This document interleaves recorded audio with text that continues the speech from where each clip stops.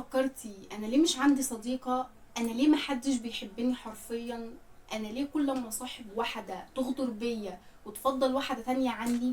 عايزة اقولك ان انتي مش لوحدك، وفي كتير من البنات حصل معاها المواقف دي.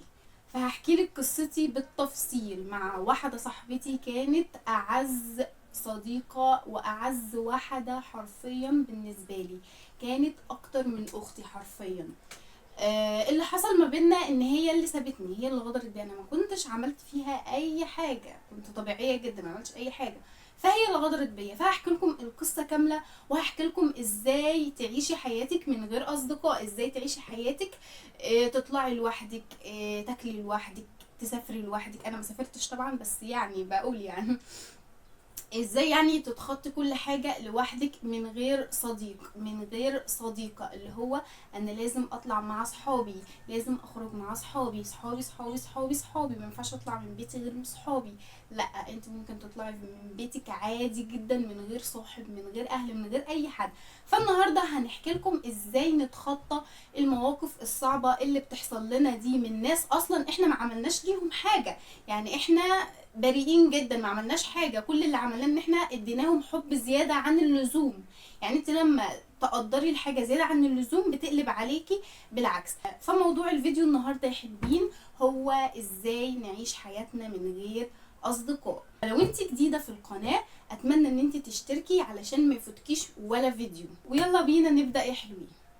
طيب يا حلوين، اول حاجه في الفيديو بتاعنا هو لما كنا في الابتدائي، لما كانت معاملتنا ازاي في الابتدائي حرفيا. معلش عشان الجو حر فانا بسيح حرفيا، مش مشغله مروحه ولا مشغله اي حاجه. فدلوقتي بقى هحكي لكم معاملتنا كانت عامله ازاي لما كنا في الابتدائي، لما كنا لسه قطاقيط صغيره حرفيا.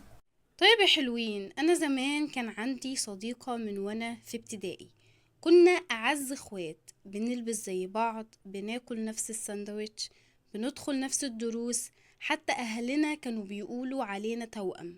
حتى الهدوم كنا بنشتريها نفس اللون، نفس الطقم، نفس كل حاجة. كبرنا سوا وعدينا كل حاجة مع بعض. بس لما دخلنا ثانوي هي اتغيرت، بقت تبعد، تتهرب، تطنش. وانا كنت كل يوم بستنى ترجع زي الاول، بس الحقيقة ان هي كانت خلاص مش عايزاني في حياتها. والمشكلة انها هي اللي بعدت مش انا.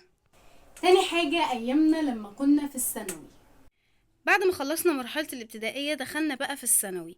هي بعدت طبعا وانا حاولت ابدأ من جديد. صاحبت بنات تانية وضحكت وفتحت قلبي وقلت خلاص هعوض اللي فات. بس كل مرة كنت بدي لواحدة اكتر من حجمها، والاقيها بتبعد اكتر، بتعتبرني مجرد واحدة صاحبتها فترة وخلصت، وانا كنت بعتبرها اعز صديقة ليا. تالت مرحلة لما دخلت الجامعة، بعد كده بقى دخلت الجامعة وقلت يمكن أبدأ من جديد. كل سنة كنت بقول خلاص دي المرة اللي هلاقي فيها صديقة بجد.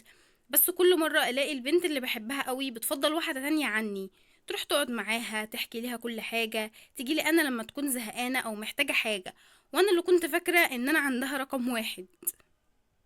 انا دلوقتي الحمد لله داخله تالتة جامعه، ولسه ما عنديش صحبه حقيقيه، بس عارفه انا بقيت اقوى. عديت مراحل كتير من الخذلان والدموع والوحده، بس في الاخر فهمت انا مش محتاجه افضل ادور على حد يخليني احس اني مهمه. انا خلاص قررت اعيش لنفسي، مش لحد مش شايفني ولا لحد يفضل غيري عني. دلوقتي لما بقعد لوحدي مش بزعل، بالعكس بقيت بستمتع بوقتي. بقيت بقرا اكتر، بتعلم، بشتغل على نفسي، بطور من نفسي، بقيت انا صديقتي. وكل مرة كنت بعيط عشان محدش جنبي بقيت اقول مش يمكن ربنا يبعد الناس اللي مش قدي، الناس اللي مش شايفين قيمتي. وفي نهاية الفيديو حابة اقول لكل بنت حصل معاها كده، انتي مش وحشة، انتي مش قليلة، وفي بنات كتير شبهك. انتي مشكلتك ان انتي طيبة زيادة عن اللزوم، وبتدي للشخص قيمة اكتر من قيمته. يعني حرفيا بتنقي من الزبالة كده وتخليها الماظ. فحابة اقولك وحابة انصحك ان انتي ما تفضليش حد عن نفسك، فضلي نفسك قبل اي حد. يعني نفسك دي قبل اهلك حرفيا. ف انت لو بتحبي نفسك ومعتزة بنفسك الناس كلها هتحبك وهتعوز ان هي تكون لك صديقة. فنصيحتي الاخيرة ليكي حبي نفسك اكتر، طوري من نفسك، اشتغلي، اتعلمي لغة جديدة، وابدأي مع نفسك من جديد مع صفحة بيضاء. وبكده يا حلوين يكون انتهى الفيديو التحفيزي بتاعنا ان انت تكوني صديقة لنفسك وتحبي نفسك اكتر من غيرك. لو عجبك الفيديو متنسيش تعملي اللايك والسبسكرايب للقناة عشان توصلك كل فيديوهاتي الجديدة، واشوفك في فيديو جديد حلو قوي. انيا.